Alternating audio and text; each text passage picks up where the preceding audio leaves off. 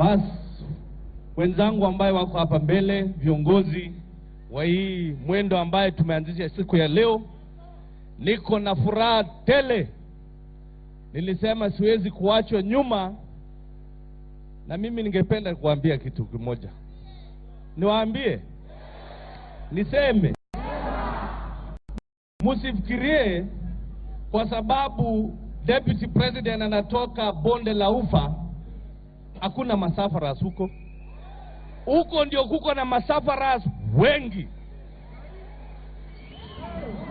Mimi nataka kuambia hivi, ya kwamba uchumi ikiharibika kwa pembe zote Kenya hii, imeharibika hata kwa Wakalenjin, hata kwa Kikuyu, kwa Kenya nzima. Ndipo hapa tumekuja siku ya leo. Hapana kuja kucheka na mtu.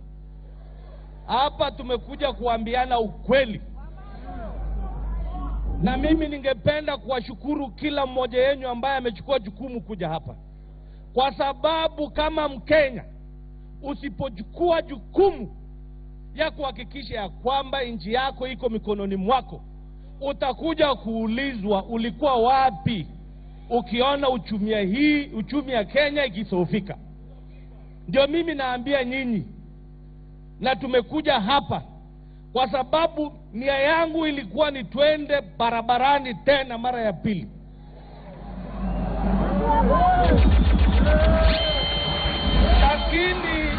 Lakini kama tungeenda barabarani, hiyo ndio kitu ambayo wangetutakia sisi tufanye. Tukajua ya kwamba kusajili ama kujiandikisha kwa kura imekaribia. Wangetufanyia, wangetuacha barabarani, na vile mumeona wameitisha magari mengi ya polisi ili watupige. Tukasema ya kwamba kwa wakati huu, kila Mkenya ambaye anataka kubadilisha mwenendo ya nchi yake, hakikisha kwamba umejitokesha na kujiandikisha, na ule mwenye hajajiandikisha, kwa sababu hiyo ndio njia kipekee ambaye tutakomboa nchi yetu. Mnakubali?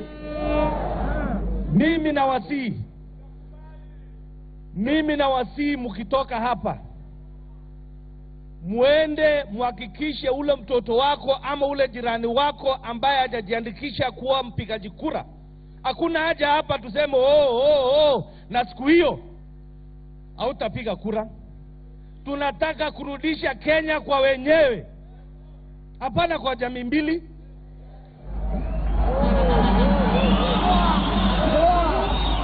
Hii Kenya ni ya kila mtu. Huko bonde la Ufa tunaambiwa mngoje 2022 na tumbo yangu. Hata Biblia inasema unipatie chakula ya nini? Pana ya kesho. Chakula ya lini? Mtu anatuambia 2022 ni ya Mwenyezi Mungu peke yake. So ningependa nikisimama mbele hapa, mjue ya kwamba chama cha KANU nikiwa katibu mkuu, tuko ndani kabisa, ndani.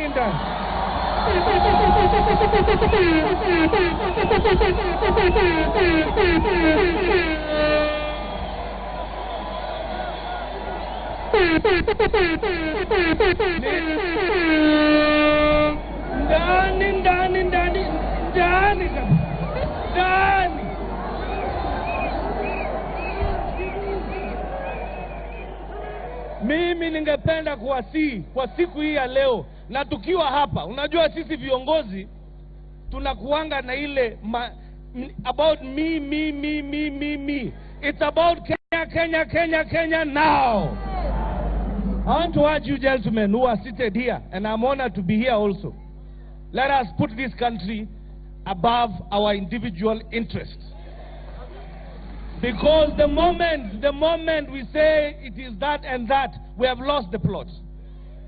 We don't want to lose it from day one. We want now, if it calls for us to retreat baka ile moshi nyeupe ikitoka, let it be. Hatuwezi kula barabara. Kama uchumi imeharibika, imeharibika. Na kama wale wanaharibu uchumi na ile weapon ambaye tunatumia kubadilisha ni kura. Thank you, and I'm asking you, take it very seriously. Take it very seriously. This is not a joke. This is real. So, ladies and gentlemen, I want to urge, and I still want to repeat to the people sitting in front here, this is not a joke. If it is a joke, you tell some of us to leave immediately.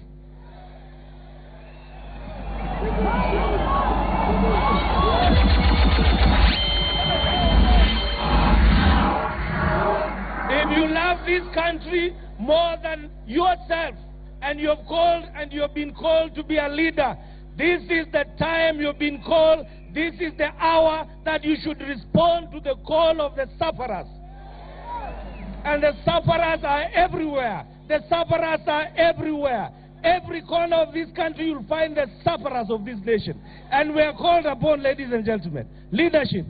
Guys, this is not a joke. I say this is not a joke. This is for real.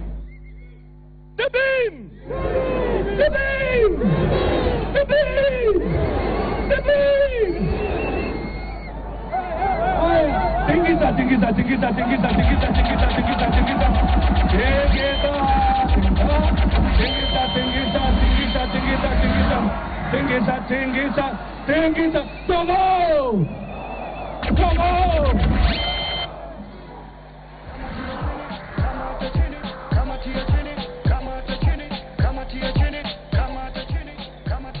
Sasa nachukua nafasi hii kumkabidhi Mheshimiwa Senator James Orengo kuendesha